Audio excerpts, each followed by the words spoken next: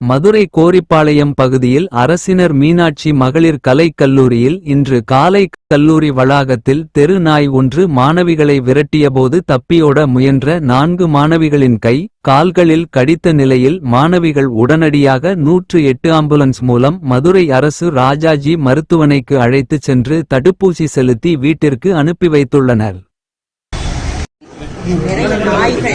அலைந்து கொண்டிருக்கின்றன. ஏற்கனவே கார்ப்பரேஷனுக்கு நாங்கள் தகவல் அளித்திருக்கிறோம்.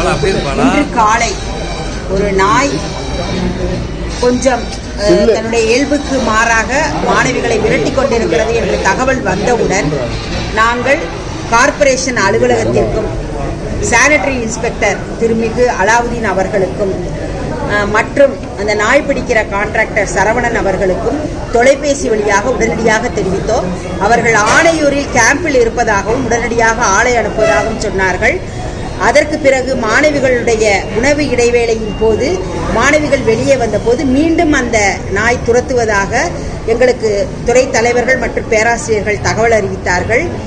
எங்களுடைய கல்லூரியில் இருக்கக்கூடிய ஆண்பால் பேராசிரியர்கள் பலரும் ஒருங்கிணைந்தும் எங்களுடைய அலுவலக பணியாளர்கள் அனைவரும் கம்பினை எடுத்துக்கொண்டு நாய்களை ஒரு இடத்தில் அடைத்து விடுவதற்கான கடுமையான முயற்சியை மேற்கொண்டு அதில் ஓரளவு வெற்றியும் பெற்றார்கள்.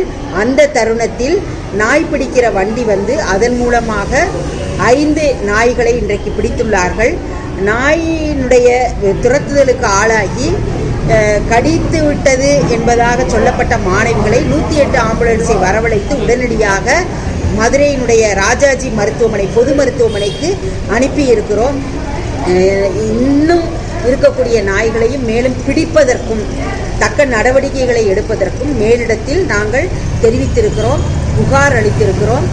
காலையிலிருந்து இன்றைக்கு எங்களுடைய முதல்வர் அலுவலக பணியின் காரணமாக வெளியில் இருப்பதன் காரணமாக பொறுப்பில் இருக்கக்கூடிய நான் காலை முதலாக பலருக்கும் இடைவிடாது இந்த நம்பர்லாம் தொலைபேசியில் பலருக்கும் என்னுடைய கைபேசியின் மூலமாக தகவல் தெரிவித்திருக்கிறேன். எங்களுடைய பேராசிரியர்கள் மற்றும் துறை தலைவர்கள் அலுவலக நண்பர்கள் அனைவரும் மாணவிகளை எப்படியாவது பாதுகாக்க வேண்டும் என்பதற்காக எங்களால் இயன்ற எல்லா பணிகளையும் நாங்கள் செய்து கொண்டிருக்கிறோம். மிக்க நன்றி.